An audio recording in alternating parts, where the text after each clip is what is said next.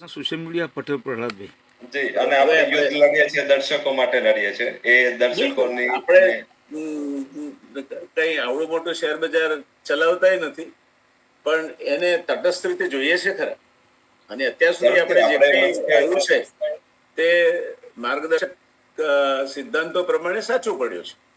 પછી ચાંદી હોય, સોનું હોય, શેર બજાર હોય, એ આપણા અભ્યાસને અનુમોદન પણ મળતું રહ્યું છે.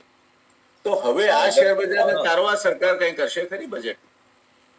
ઝડપથી આપણે જયારે 26,200-300 નિફ્ટી હતી, અને મને યાદ છે કે આપણા મીન્સ કે જે આપણે ફર્સ્ટ શો કર્યો તો હમણાં આ સિરીઝનો, ત્યારે નિફ્ટી ઓલ ટાઈમ હાઈ કર્યો હતો. ત્યારથી આપણે દર્શકોને ચેતવ્યા છે. ત્યારે તો બધા જ લોકોને અને માર્કેટને અને ઇન્વેસ્ટરોને એવું લાગતું હતું કે માર્કેટ હજી અહીંથી 30,000 જશે. પણ ત્યારે પણ આપણે કીધું હતું કે ઇકોનોમીની પરિસ્થિતિ અને માર્કેટની ચાલ અલગ છે. ઇકોનોમીની પરિસ્થિતિ જે આપણે જોઈએ તો જો સાચામાં શેર બજારનું ફંડામેન્ટલ એ ટાઈમે હોતે તો રૂપિયા એટલો ગગડી ના ગયો. આજે 92 નું લેવલ અપ્રોચ થઈ ચુક્યું છે. એફઆઈ સતત વેચવાલી ના કરી રહ્યા હોત જો એને ઇન્ડિયા એક જ ઓપોર્ચ્યુનિટી લાગતો હોત. અને એવું નથી, મીન્સ કે માર્કેટમાં તેજી મંદી હોય છે, એ એક સ્વાભાવિક ફેક્ટર છે. અને અત્યાર સુધી માર્કેટમાં ઉતાર ચઢાવ ના હોય તો કોઈ ઇન્વેસ્ટર કે કોઈ રોકાણકારોને આકર્ષક લાગે નહીં. પણ આખું ગામ ચાલે, મીન્સ કે આખું વર્લ્ડ ચાલી ગયું. લાઈક કે કોરિયન માર્કેટ 70-80% ચાલી ગયું, તાઇવાન 40-50% ચાલી ગયું, હોંગકોંગ 30% ચાલી ગયું, ગ્લોબલમાં નાસ્ટેક 7માં ડાઉ જોન્સ છે, અમેરિકાના ઇન્ડેક્સ ઓલ ટાઈમ હાઈ પર છે. યુરોપ ઇકોનોમિક પરિસ્થિતિ વિકટ હોવા છતાં અને બધી સાઈડથી જે અત્યારે આખું ડિફેન્સમાં એ લોકો પૈસા નાખે છતાં એમના જે માર્કેટ છે એ સ્કાય રોકેટ છે. અને એ પણ મીન્સ કે 30-40% રિટર્ન આપી ગયા. માત્ર વર્લ્ડના સારી ઇકોનોમીમાં, મીન્સ કે બીજા કોઈ એક્ઝામ્પલ લે તો ઘણા બધા છે, પણ જો વર્લ્ડની સારી ઇકોનોમીમાં કોઈ સૌથી ખરાબ પરફોર્મર માર્કેટ હોય તો ઇન્ડિયન માર્કેટ છે. અત્યારે આપણે એક્સેપ્ટ કરવું જોઈએ અને આપણે રાઈટ ટાઈમે એ ઇન્ડિકેશન આપવું તો એનું રીઝન અને રેશનલ અભ્યાસ હતો જે આપણે વાત કરી. તો બેઝિક હું ઓલવેઝ જોઉં છું કે શેર બજાર કદાચ ઉપર નીચે થઈ શકે કે એ કોઈ ફેક્ટરને ઓવર રિએક્ટ કે અંડર રિએક્ટ કરી શકે, પણ કરન્સી ક્યારેક એના ફેક્ટર કે ફંડામેન્ટલથી વિપરીત ના જાય. અત્યારે જે સૌથી મોટું માર્કેટના પ્રોબ્લેમ છે બે છે. એક તો ફોરેન ઇન્સ્ટિટ્યુશનલ ઇન્વેસ્ટર રોજ બહુ મોટી વેચવાલી કરે છે. એવરી વીક 14-15 હજાર કરોડની વેચવાલી કરી જાય છે. જે પહેલા આખા મહિનાની હોય તો પણ તકલીફ પડતી હતી, હવે એ એવરી વીક આટલી મોટી વેચવાલી કરે છે અને સતત કરે છે. સાથે રૂપી દરરોજ નવા લો બનાવે છે. આરબીઆઈ નું ઇન્ટરવેન્શન આવ્યું વચ્ચે, આટલી મોટી લિક્વિડિટી આરબીઆઈ અંદર ઇન્ફ્યુઝ કરી, ખર્ચ કરી, પણ છતાં રૂપી કંટ્રોલમાં નથી આવતું. કારણ કે રૂપી આટલું મોટી એસેટ છે કે એ એમ ડાયરેક્ટ કંટ્રોલ કરવું મુશ્કેલ છે. હાલાકી ઓલવેઝ એવું થાય કે રૂપી વીક થયો તો એનું રીઝન કદાચ સામેની કરન્સી હોઈ શકે.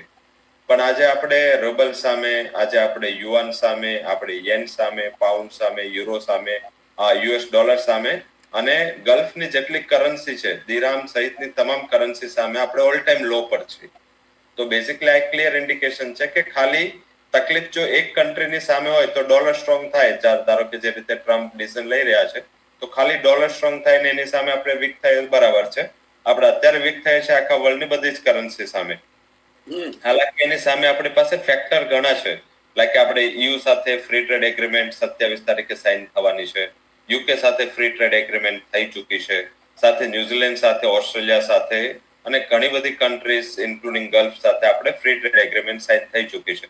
એટલે જે આપણે યુએસ સાથેનો વેપાર હતો અને એ વેપાર બંધ થવાથી ખાલી રૂપી વીક થયો એ રીઝન તો નથી લાગતું. કારણ કે એટલું વોલ્યુમ તો આપણે આ બધી કન્ટ્રી સાથે ફ્રી ટ્રેડ એગ્રીમેન્ટ કરીને ડબલ પણ કરી શકશું જો આપણામાં કેપેસિટી હશે. તો આનાથી ડબલ વોલ્યુમ આપણે ડમ્પ કરીને આ જ પર્સન્ટેજમાં પ્રોફિટ મેળવી શકશું. પણ ઉલટાનો ખતરો એ છે, જે અત્યારે માર્કેટ જે ખુશ થઈ રહ્યું છે કે આપણે એફટીએ સાઇન કરીએ છીએ, પણ ઉલટાને એ ડમ્પ કેટલું કરશે કોઈ વિચારતું નથી. બિલકુલ, હું એ જ કહેવાનો હતો કે આ ફ્રી ટ્રેડ એગ્રીમેન્ટ છે એટલે આપણને એમના બજારમાં પ્રવેશ મળશે, એ રીતે એમને આપણા બજારમાં પ્રવેશ આપવાનો છે. હા, અને આપણા કરતા કેપેસિટી અને સાથે એ લોકોની જે કેપેસિટી ને એમનું કન્ઝમ્પશન નથી પોતપોતાના દેશમાં, એટલે એ લોકોને પ્રોડક્શન કરવું છે. તો એના હિસાબે એ લોકો અહીંયા ડમ્પ કરશે. તો મેજર જે એક્ઝિસ્ટિંગ બિઝનેસ છે એને ખાના ખરાબી થશે. પ્લસ જે ગત સપ્તાહમાં મેં ઘણા રોષપૂર્વક કીધું હતું કે મીન્સ કે ભારત સરકાર ચાઇનીઝ કંપનીઓને ઓર્ડર આપે એવા ન્યૂઝ ચાલી રહ્યા છે. હજી સુધી કોઈ ક્લેરિફિકેશન નથી. તો તો મારા હિસાબે આવા બધા જે ટોપિક છે એ બહુ મોટા ટોપિક હોય છે. એના પછી તમે કન્સ્ટ્રક્શન સેક્ટર જો, આખું સેક્ટર દબાણમાં છે. હંમેશા કોઈ પણ મીન્સ કે ગવર્મેન્ટ જ્યારે ત્યારે પોતાની ઇકોનોમી ખરાબ હોય એને રિવાઇવ કરવા માટે મીન્સ આ કાર્લ માર્ક્સનો સિદ્ધાંત છે કે એને જો રિવાઇવ કરવો હોય તો તમે તારું ઇન્ફ્રા સ્પેન્ડિંગ વધારી દો. હવે ઇન્ફ્રા સ્પેન્ડિંગ વધારશો તો તમારા ડાયરેક્ટ ઇનડાયરેક્ટ બધા સેક્ટર રિવાઇવ થશે. અહીંયા ઉલટું છે કે ઇન્ફ્રા ઉપર જ માર પડાવે. અને સેકન્ડ કે આપણું રિયલ એસ્ટેટ સેક્ટર જો, પ્રોપર્ટીના ભાવ તો નથી ઘટી રહ્યા પણ રિયલ એસ્ટેટ સ્ટોક્સ છે એ સારા એવા નીચે આવી રહ્યા છે. મીન્સ કે વર્ષના લો હોવા છતાં ત્યાંથી નવા 10 આ સપ્તાહમાં 11% કરેક્શન આવ્યું. બીજું તો એ નવા લો બનાવી રહ્યું છે અને આટલું નીચું હોવા છતાં પણ બનાવી રહ્યું છે. એટલે કન્સ્ટ્રક્શન અને રિયલ એસ્ટેટ સેક્ટર છે જે ઘણું નીચે છે. સાથે ઘણી બધી વાર અફવા ઉડતી હોય છે. ઘણી બધી માર્કેટમાં જ્યારે બજેટ આવતું હોય એ પહેલા મીન્સ કે જ્યારે માર્કેટ કરેક્ટ થાય એટલે લોકોને એવું થાય કે લોંગ ટર્મ કેપિટલ ગેઇન ટેક્સમાં કંઈક ચેન્જ થવાનું છે. ઘણીવાર એવું લોકોને આવે છે કે ભાઈ ડેરિવેટિવને લઈને એક અલગ સેગમેન્ટ કદાચ ટેક્સેશન નું ઊભું કરી શકે. મીન્સ કે ઘણા બધા મીન્સ કે ન્યૂઝ ડેવલપમેન્ટ ને એના આધારિત માર્કેટમાં સ્પેક્યુલેશન થતા હોય છે અને સ્પેક્યુલેશન પણ એક કંઈક ને કંઈક આજે ઓવર રિએક્શન પરિસ્થિતિનું છે એનો આભારી છે. તો મારા હિસાબે એક તો ઇકોનોમીમાં નર્વસ, રૂપી વીક અને સાથે સાથે ઘણી બધી કન્ડિશન એટ્રેક્ટિવ મીન્સ કે ગવર્મેન્ટે એડ્રેસ કરવી પડશે. હવે બજેટમાં એડ્રેસ ક્યારે થાય? ફોર એક્ઝામ્પલ મારી કેપેસિટી આજે ફોર એક્ઝામ્પલ ઇકોનોમિક કારની છે અને મારે અલ્ટ્રા લક્ઝરી કાર લેવી છે. બધાનો એમ હોય, હું નહીં, વર્લ્ડમાં બધા જેટલા લોકો છે એનો એમ હોય કે હું જ્યાં છું એનાથી થોડું ઉપર પહોંચું. પણ એની સામે તમારું ફાઇનાન્સ જોઈએ, પૈસા જોઈએ. પૈસા વગર દુનિયામાં કઈ નથી થતું. પૈસા વગર તમે ઇકોનોમી અને લાચારી આ બે જ તમારી પાસે હોય છે. આના સિવાય ઇકોનોમિક ક્લાસથી તમે ઉપર ના વધી શકો અને તારે લાચારીથી બહાર ના નીકળી શકો, તારે કોમ્પ્રોમાઇઝ કરવું પડે. તો ડેફિનેટલી પૈસા નથી આપણી પાસે. લાઈક આ બધા એડ્રેસ કરીએ ટોપિક એટલા રૂપિયા સરકાર પાસે નથી કારણ કે સરકારને ટેક્સેશનમાં બહુ મોટી હિટ આવી છે. Imagine being able to build anything. ઘણા મીન્સ કે જે દિવસથી આપણે ડાયરેક્ટ ટેક્સમાં ચેન્જ કર્યા ત્યારથી આપણે આને ઉલટું લીધું છે. પછી સ્ટેટ ઇલેક્શન્સ જેટલા થાય એમાં તમામ જગ્યાએ ફ્રી ડિસ્ટ્રીબ્યુશન કરવાની આપણે એમને મીન્સ કે હવે ટેવ પાડી દીધી છે. આ પણ એક બહુ મોટો ઇસ્યુ છે જે અત્યારે માર્કેટને ધ્યાનમાં નથી આવી રહ્યો. સેકન્ડ એ છે કે આપણે મીન્સ કે ઇનડાયરેક્ટ ટેક્સેશનમાં પણ જીએસટી રેવન્યુ હવે કારણ કે ગઈ વખતે ફેસ્ટિવિટીના હિસાબે અને મોટા જીએસટી કટના હિસાબ બચી ગયા પણ હવે એટલી બચવું એ અઘરું છે.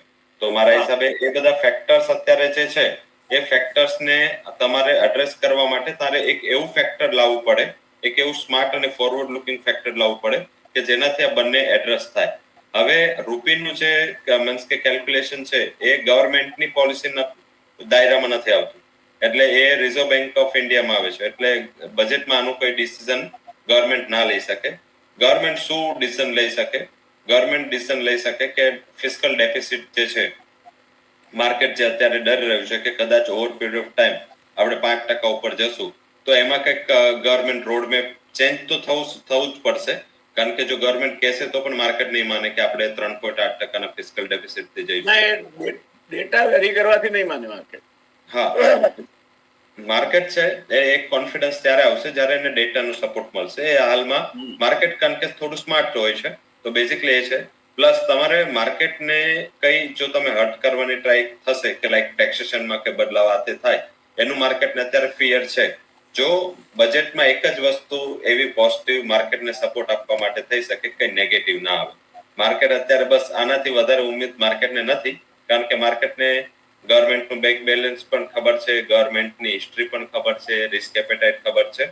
હાલાકી સેબી ઘણું એક્ટિવ છે. સેબીએ ઘણા બધા એવા ડિસિઝન છેલ્લા 2 મહિનામાં લીધા છે કે જેનાથી એફઆઈસ ના રૂલ્સ રેગ્યુલેશનમાં કંઈક ચેન્જ કરી અને એમને અહીંયાથી અટકાવવામાં આવે કે જતા અટકાવે કે પછી સાથે સાથે જે બ્રોકર્સ છે જે ડેરિવેટિવના રિલેટેડ એમને ઘણા બધા રૂલ્સ લીધા હતા એને થોડું અટકાવે.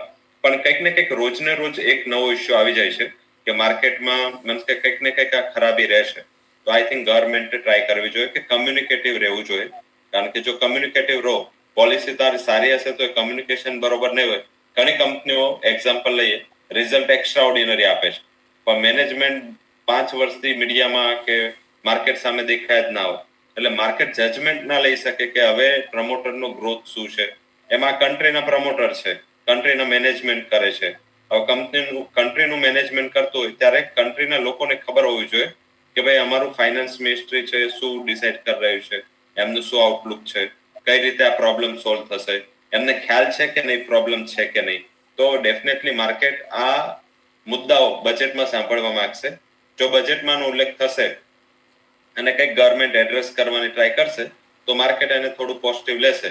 પણ ચાન્સીસ એ છે કે જો ગવર્મેન્ટ ટ્રાય પણ કરે છે તો પણ મીન્સ કે કોઈક ડીપ રૂટ થી જો એ લોકો અહીંયા ટ્રાય નહીં કરે તો માર્કેટ ચાલુ મુશ્કેલ છે. ઘણી બધા એવું થતું હોય કે ભાઈ લાઈક ગવર્મેન્ટને પણ એવું લાગતું હોય કે ભાઈ ઇક્વિટી માર્કેટ શું છે, લાઈક એને સપોર્ટ કરવા માટે ગવર્મેન્ટ શું કરે, મીન્સ કે કોઈ આર્ટિફિશિયલ સપોર્ટ તો ગવર્મેન્ટ કરે નહીં. તો મીન્સ જ્યારે ટેક્સેશન આવે છે કે લાઈક ગયા બજેટની રેવન્યુમાં જો તો જે સૌથી વધુ બજેટની રેવન્યુ વધી હતી એમાં 15 થી 20,000 કરોડનો ફાળો મીન્સ કે ખાલી તારા એસટીટી થી વધુ મળ્યો હતો. એ હવે આપણે આ વખતે ડેરિવેટિવ માર્કેટના નિયમો ચેન્જ કરીને એ રેવન્યુ ઘટાડી ઉલટાની. હવે શું થાય કે જે કરવાવાળા લોકો છે ડેરિવેટિવમાં એ લોકો અસેટ્સ ચેન્જ કરશે, બહુ થશે તો ગ્લોબલી ઇન્વેસ્ટમેન્ટ લઈ જશે. કારણ કે એ લોકોનો તો બિઝનેસ જ આ છે કે લાઈક તમે એને મીન્સ કે રોકશો તો એ ડાયવર્ટ થશે. એ ડાયવર્ટ થશે તો જ્યાં એની માસ્ટરી છે એના કરતા બીજા અસેટ્સમાં જવાનું ટ્રાય કરશે. જે આપણે અત્યારે ગોલ્ડ સિલ્વરનું ક્લિયર એક્ઝામ્પલ જોઈએ છે, ક્રૂડનું ક્લિયર એક્ઝામ્પલ જોઈએ છે. કોમોડિટીઝ માર્કેટનું વોલ્યુમ શાર્પલી ગ્લોબલી વધી ગયું છે અને ડોમેસ્ટિક તો ખાસું મીન્સ કે અત્યારે 10 પહેલા એવું હતું કે 10 માંથી 8 જણા તમને ઇક્વિટી પૂછે, 2 જણા કોમોડિટી પૂછે. અત્યારે 10 માંથી 8 જણાના મુખ પર કોમોડિટીઝ છે. તો આઈ થિંક એના હિસાબે શું છે કે લોકો ડેરિવેટિવ તો કરી જ લે છે ગમે ત્યારે, પણ રેગ્યુલેશન્સ બદલવા અને ટાઇટનિંગના હિસાબે લોકોએ અસેટ ક્લાસ ચેન્જ કરી દીધું. હવે શું છે કે જે સિલ્વર અને ગોલ્ડનો વર્ષો પહેલા ભાવ હતો એટલે ઇન્ટ્રાડેની મૂવમેન્ટ છે. એક દિવસમાં સિલ્વર 40-50 હજાર ફરવા માંડી, એક દિવસમાં સોનું 10-10 હજારનું ઉપર નીચે કરવા માંડ્યું. એટલે હવે એ રિસ્ક છે, ત્યાં તો લોસ જઈ જ રહ્યો છે. એ લોસના આંકડા તો સરકાર પાસે આવશે. પણ મારા હિસાબે આ ડેરિવેટિવ ઇક્વિટી થોડું ઈઝી હતું. આ તો શું થયું કે લાઈક આપણે સારી ગાડી છોડીને બીજી ગાડી એ પકડી છે કે જેની રફતાર આ ગાડી કરતા ઘણી વધુ છે અને આમાં એકવાર ફસાયા તો ડિલિવરી લેવા થશે ઇક્વિટીઝમાં. પણ કોમોડિટીઝમાં ફસાયા તો આઈ થિંક ત્યાં થોડું ઈઝી નહીં રહે. તો ડેફિનેટલી ગવર્મેન્ટે ઘણા રૂટથી વિચારવું જોઈએ. આઈ થિંક કે જરૂર નથી. માર્કેટ એવું છે કે ખુદ પોતે જ ફાઇનાન્સ છે. લાઈક કે ઇક્વિટી માર્કેટ શું છે કે ફાઇનાન્સ પ્રોવાઈડર છે. આજે કોઈ પ્રમોટરને પૈસાની જરૂર છે તો એ ઇક્વિટીના રૂટ થ્રુ ઇન્વેસ્ટરો પાસે આવે છે, ઇન્વેસ્ટરો ત્યાં પૈસા રોકે છે. એટલે માર્કેટને પૈસાની જરૂર નથી. માર્કેટને બે વસ્તુ જરૂર છે. એક તો રેગ્યુલેશનની ક્લેરિટી કે ભાઈ તમે અત્યારે જે કરી રહ્યા છો આગળ 1 વર્ષમાં તમારું શું માનવું છે રેગ્યુલેશનને લઈ. અને સેકન્ડ કે નેગેટિવ ના આપો. ટેક્સેશન ઘણું ટેક્સ ભરે છે. જ્યારે કોઈ ઇન્વેસ્ટર ઇન્વેસ્ટ કરે છે અને એને ગેઇન થાય છે તો આપણે long term capital gain tax લઈએ છીએ. એને જો શોર્ટ ટર્મમાં ગેઇન થાય છે તો આપણે શોર્ટ ટર્મ કેપિટલ ગેઇન લઈએ છીએ. હવે હું લોંગ ટર્મ અને શોર્ટ ટર્મ કેપિટલ ગેઇન લઉં તો શું, પણ ત્યારે મને લોસ થાય છે. લાઈક કે સેબીનો ડેટા છે કે 90% થી વધુ ડેરિવેટિવ ટ્રેડર લોસ કરે છે. હવે જે 10% પ્રોફિટ કરે છે એની સામે તો ગેઇન ગવર્મેન્ટને મળી જાય છે, પણ લોસ થાય છે એના ઉપર ગવર્મેન્ટ મીન્સ કે એને કઈ સામે આપતી નથી. તો મીન્સ કે એ જોઈતું પણ નથી. પણ નવો વધારો મારા હિસાબે માર્કેટને હાલની પરિસ્થિતિ બહુ નાજુક છે. આ પરિસ્થિતિમાં માર્કેટ સહન નહીં કરી શકે ને એફઆઈએસ જે વેચવાલી કરી રહ્યું છે, ડોમેસ્ટિક ઇન્વેસ્ટરો દર મહિને 30,000 કરોડ ખાલી એસઆઈપી થી આપી રહ્યા છે. લમસમ ગણો તો 50,000 કરોડનો ફ્લો છે. એ 50,000 કરોડના ફ્લોમાં જો તમે કંઈ પણ આમ તેમ કરશો તો આઈ થિંક આ ફ્લો ઘટશે અને માર્કેટ થોડું હેડલાઇન્સમાં આવી જશે. તો જો માર્કેટ હેડલાઇન્સ આવે તો મીન્સ કે આપણે કોઈ બ્લેકમેલિંગ નથી કે ભાઈ ચાલો નહીં કરો ને માર્કેટ નીચે આવશે. ગવર્મેન્ટને પણ ખ્યાલ છે. પણ આપણે તમે ડેફિનેશન જો સેબીની જો કે ગવર્મેન્ટની જો કે આપણે જ્યારે ભણવામાં આવતું હતું કે સ્ટોક માર્કેટ એ ઇકોનોમી નથી, પણ સ્ટોક માર્કેટ ઇકોનોમીનું એક બેરોમીટર જરૂરથી છે.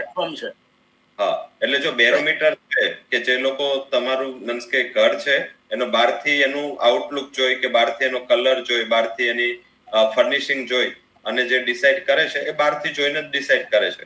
ઇન્ટરનલ તો આપણે ઘણા સારા છે, જીડીપી ગ્રોથ ચાલી રહ્યો છે, સાથમાં આપણો ઇન્ફ્લેશન નીચે છે, આ બધા ફેક્ટર્સ આપણે અંદર સારા છે એવું બતાવે. પણ બહારથી જ અત્યારે જો પરસેપ્શન જ એવું છે કે ભાઈ અત્યારે અહીંયા રેગ્યુલેશનના રિલેટેડ કઈ ક્લેરિટી નથી, કંઈક ને કંઈક અફવાથી. અને આપણી ન્યૂઝ અને આપણી અફવા છે બ્લુમબર્ગ રોઇટર મીન્સ કે બહારની એજન્સીઓ આપણી કંપનીઓના અફવાઓ જે સવારનો જે ટોપિક આપણે ડિસ્કસ કર્યું કે ભાઈ અદાનીસને લાઈક આ મેલ આવશે, એ ન્યૂઝ બ્લુમબર્ગ ના હતા. તો બ્લુમબર્ગે આ ન્યૂઝ આપ્યા ત્યારે આપણને ખ્યાલ આવ્યો કે આવું થાય છે. હવે ના તો મીન્સ કે ત્યાંની કોઈ કોર્ટે આ ન્યૂઝ આપ્યા છે, ના તો એસીસી જે સિક્યુરિટી એન્ડ એક્સચેન્જ કમિશન ત્યાંનું છે, ના તો એને ન્યૂઝ આપ્યા છે. આ ન્યૂઝ બ્લુમબર્ગે આપ્યા છે. તો બહારની કંપનીઓ અને બહારની એજન્સીઓ નક્કી કરશે કે ભારતનું ફંડામેન્ટલ શું છે.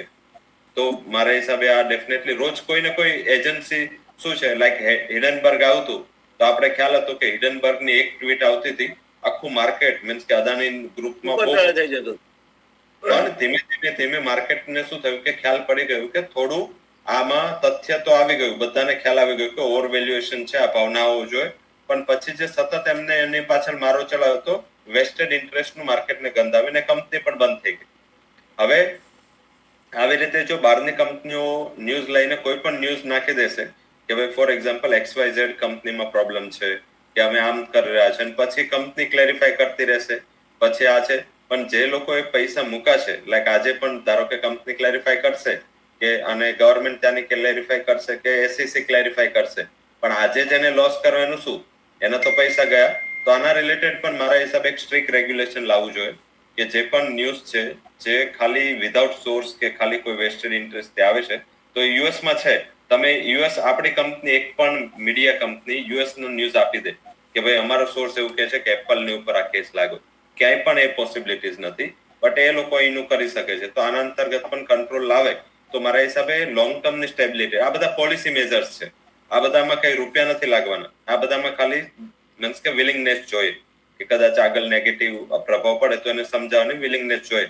જેમ આપણે આટલું મોટું ઓપરેશન કર્યું હતું સરહદ પર, પછી આપણે બધી કન્ટ્રીને જેમ સમજાવ્યું કે અમારો ઉદ્દેશ શું હતો, તો આમાં ઉદ્દેશ હોવાનું તમારે સમજાવવું પડે. સાથે કરન્સી પ્રોટેક્ટ કરવી કોઈ પણ પોલિસી મેજર્સથી જરૂરી છે. જો એ નહીં થાય તો FIS ને ભારતમાં પાછા લાવવા મુશ્કેલ છે. તો મારા હિસાબે આ બધા ફેક્ટર્સ છે જે આપણે મોટી ડિસ્કસ કર્યા છે. ઇન્ટરનલ જઈશું, બટ મારા હિસાબે ઇમરજન્સી લાઈક સિચ્યુએશન છે